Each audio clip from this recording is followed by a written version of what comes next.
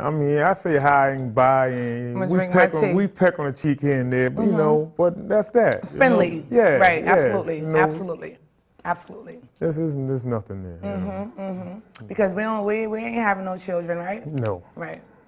They'll slow up. They'll slow me down completely. Completely. And you ain't lied about that one, Papa. No. You know. Yes, absolutely, absolutely. So, are you working? Because you said that you was in school and you know you was employed in prison. Yes, I did all that. How much was you making there, in prison? Like what's the going rate? And does it depend on the type of job that you do? The best job I had was when I worked in the furniture factory in Virginia. And I remember that because you was doing the chairs. And Yes, I was making furniture, and we was making like anywhere from $500 to $1,000 a month. Nice. A month. I mean, it's good for in there, but if you was out here making $1,000 a month. I know. Right. So that's what I'm saying. That's why I'm like. It's good in there. Yeah. Yes. Okay. Because I know that it's like penny change in prison. You know, they pay you by the pennies, right? Right. You know, and then I think I got a job pasteurizing milk. You know, from the pasture, something like that. You know, and that was all right.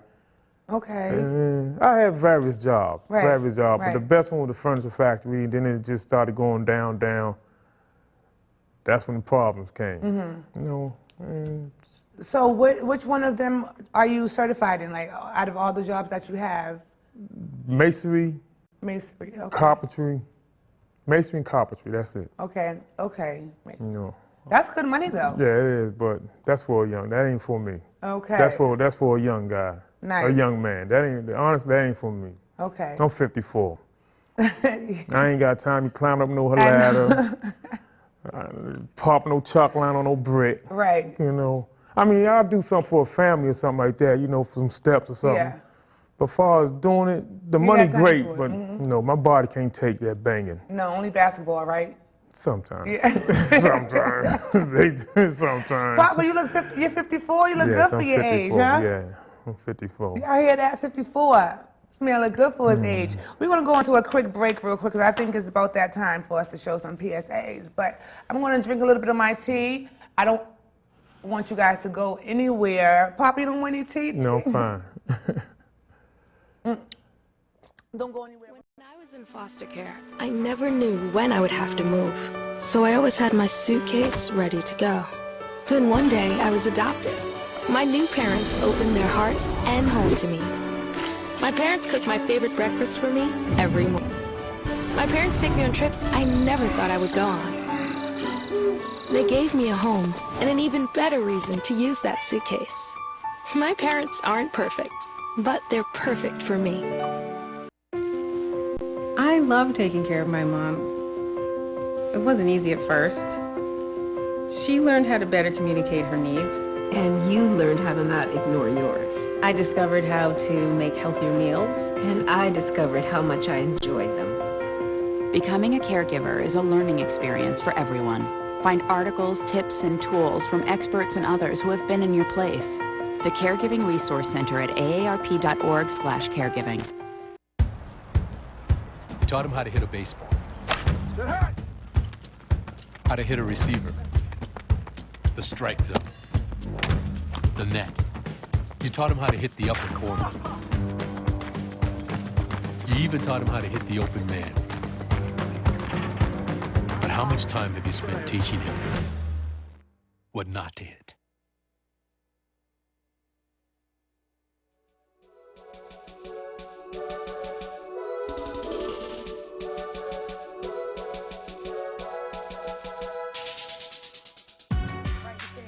Zach, but we are here with Zach, my dad, my hip hop pop, okay? And we were just speaking about, you know, getting back into society and learning how to cope with society and getting back into the swing of things. Now that's a pretty long stretch, like 28 years from childhood to adulthood. Like, how do you re-enter into that? Like, how do you jump back in?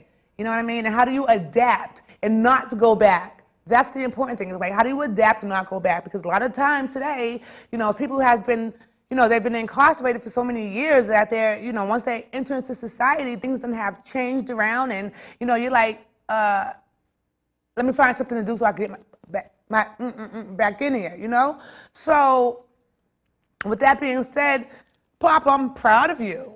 There's not many guys out here that's on a mission. You know what I mean? And there's so many men out here that have never been incarcerated. But they're just so comfortable and set in their ways, and just haven't been able to find structure of life, as that child during childhood, and never actually probably found the value of life as well. So, Papa, I tip my hat to you, because you're doing extremely well, and moving forward, you still have more goals to achieve, correct? Yes. So what are we looking for in the near future? Ooh. No, for real.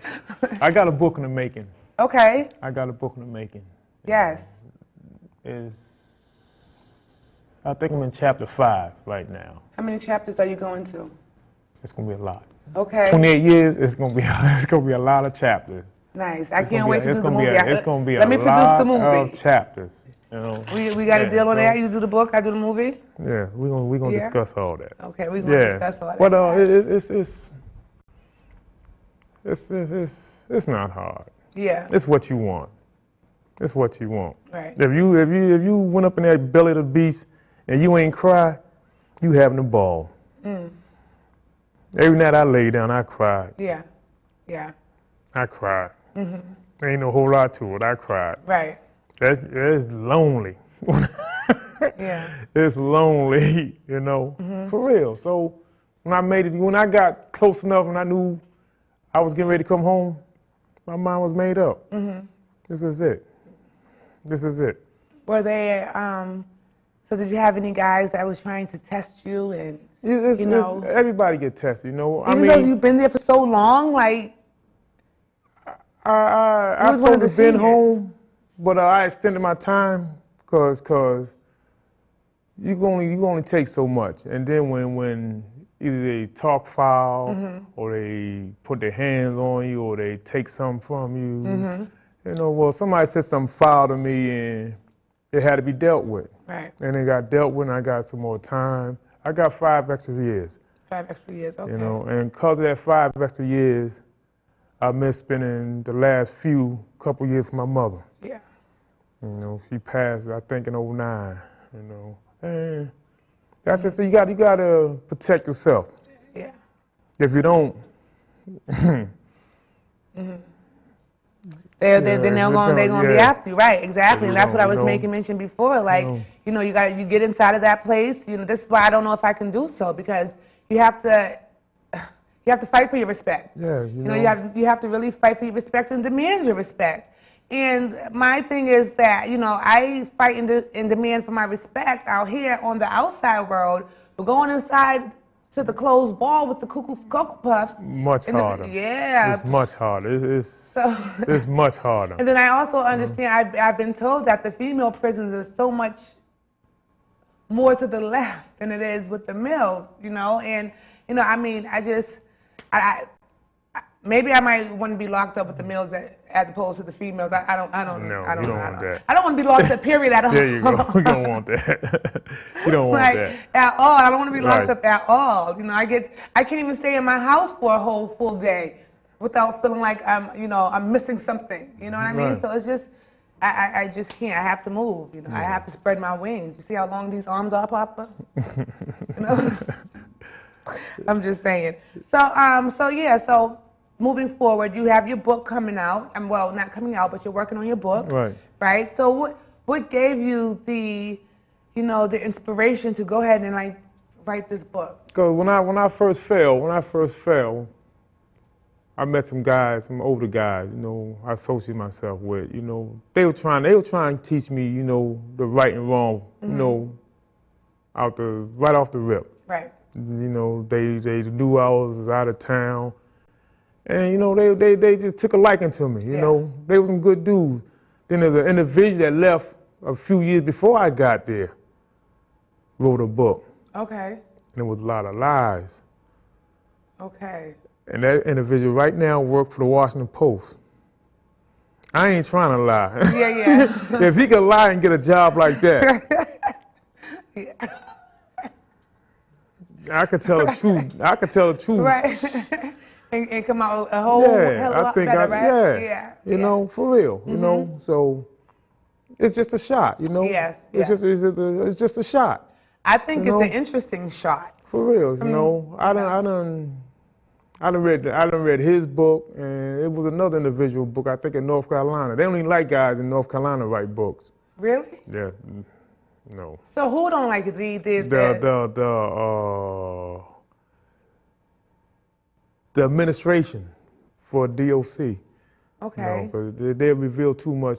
But why is that? I mean, aren't our rights Because still? they're rights, right or right? Well, I would think that. I mean, well, I'm sure that our rights become violated once Yeah. we're When you get the behind system. there, your rights is limited. Yeah. You know, yeah. rights are limited. But you know, as far for as real. you know, still keeping your minds going and still, you know, trying to have sanity, you know, why would they? You keep prohibit that? a strong family connection is one. It's the key. Anybody. Right. Then getting yourself with the right people that ain't, you know, that's trying to do what you trying to do is get out. Okay. You know, Yeah. get out. You know,